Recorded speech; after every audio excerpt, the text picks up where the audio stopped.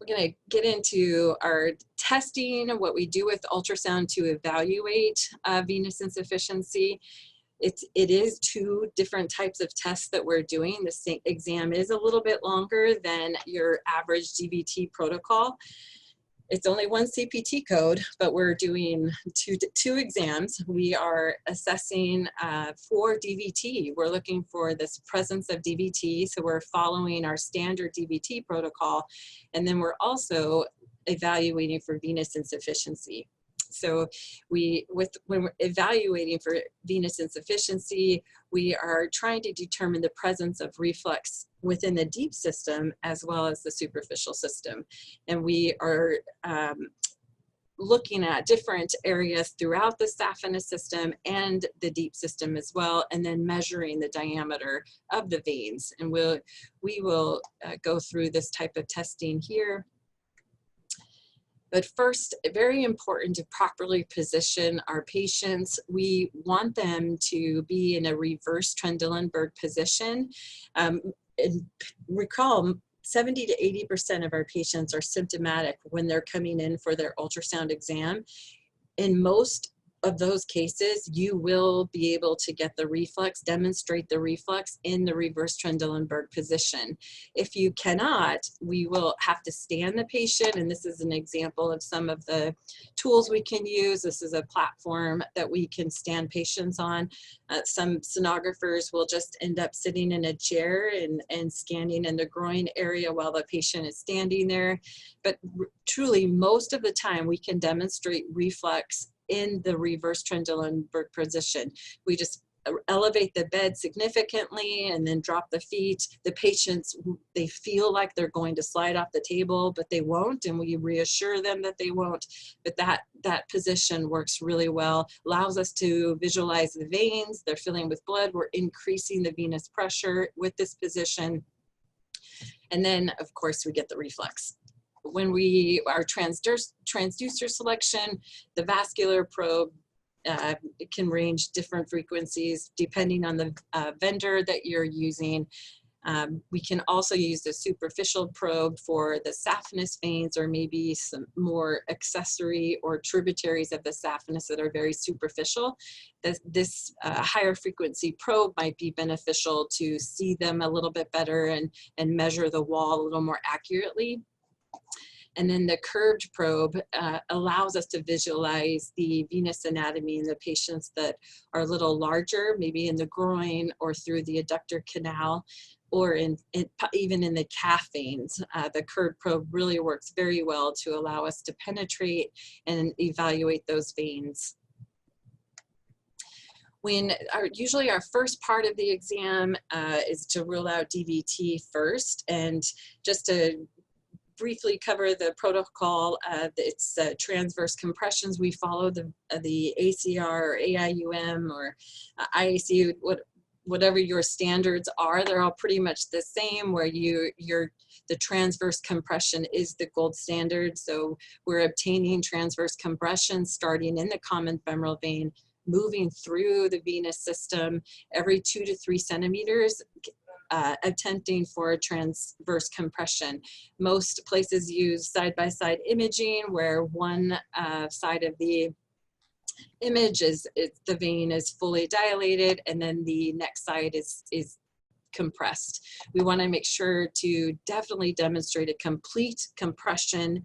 Again, because that compression is the gold standard to determine that there is no DVT, there's nothing in that lumen. So we really have to be mindful of our compressions, that when we actually save the picture to document that there's a compression, that it really is completely compressed.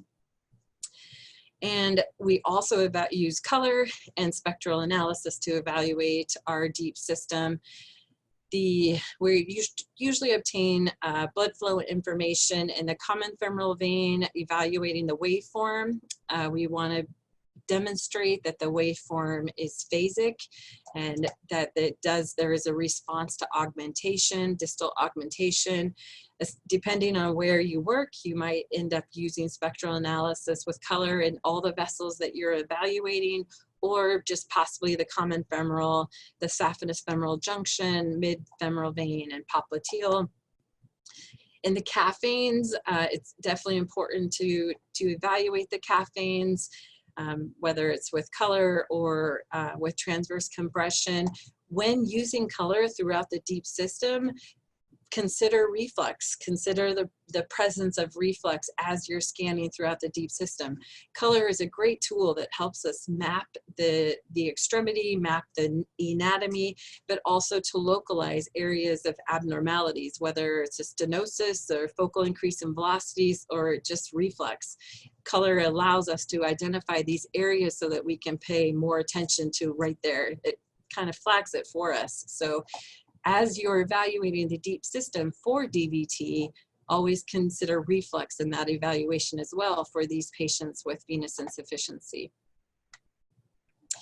A normal sonographic finding, normal evaluation for venous study, we want to see thrombus-free veins that compress completely. The vein wall should be very thin, and we might see valve sinuses throughout the venous system, throughout the deep system. The vein at the location of the valve, and here's a valve right here. This is our little valve here, very thin. It's very thin, very delicate structure. And here's the valve sinus here. And the valve sinus, it is a normal area where you can see that the vein is dilated. I ran out of tracing room, sorry. And that's normal. It's normal to see that. What we need to do when we come across a valve sinus and this proximal or focal area that's dilating, we need to turn on it and make sure that there's a complete compression. Recall Virchow's triad, the 3 contributing factors to thrombus formation. One of them is stasis. In this area right here, there is some stasis. There's some RBCs that are collecting because of the presence of the valve. So we just really need to turn our probe, do a transverse compression, and make sure that it definitely does completely compress in this area of a valve sinus so we do not miss an early thrombus formation. Abnormal sonographic findings would be echogenic material within the vein lumen that's preventing a complete compression. So for acute disease, we typically see anechoic or lightly echogenic or even hypoechoic thrombus within the vein. This here represents an acute DVT. The vein is dilated. There's echoes within, and poorly attached thrombus can also be considered acute DVT, and here's a poorly attached thrombus there. This is what we're really concerned with when we're evaluating for DVT. This, of course, would be at risk for embolism. And then our chronic presentation is thrombus is brightly echogenic or even very hyperechoic. It's rigid, it's well attached to the vessel wall, and we can even sometimes see that the vein is starting to recanalize as it is here with a little bit of blood flow coming back through. And as the thrombus ages, the vein starts to contract. So here's one stage, and then here's another stage where it's getting smaller and smaller. And as it starts to contract and age, it becomes very difficult to identify in the surrounding tissue. So again, here's my artery. My artery is my landmark. If I see the artery, I should see a deep vein adjacent to this artery. And if I cannot see a vein, then I need to start thinking about chronic DVT and then really consider that component of the test. I have to erase it every time before I move to the next slide. It follows me. Lori, I'm going to interject here, if that's okay. Yeah. There was a question that came in with regards to the DVT portion of the study. Is it a limited exam or is it a complete DVT exam? It's a complete study. We evaluate the entire, all the vessels, the common femoral, popliteal, and the caffeines, your normal typical DVT protocol that you follow for all patients. Thank you. Great. Mm-hmm. Anything else? Not as of yet, no. Okay. So with our spectral analysis, this would, in assessing for DVT, we evaluate our waveforms, and this is what we want to see. We want to see a nice phasic waveform, good augmentation. We have our patient practice breathing maneuvers, a Valsalva maneuver, which we'll get into a little bit more because we use a Valsalva extensively to evaluate for reflux as well. But when our patient is breathing and doing the manipulated breathing maneuvers, we should not see blood flow, and we don't here. This here says Valsalva is negative. This is the normal venous flow here. This is the valves closing, and then nothing. There should be no flow because the valves closed at this location. Then the patient breathes and we see a little bit more flow. So this is a normal response, a normal venous waveform, nice phasic flow, good augmentation in one direction, heading back towards the heart. This here, also good venous flow with the response to a Valsalva maneuver. However, this is a pulsatile waveform. This isn't a normal venous waveform.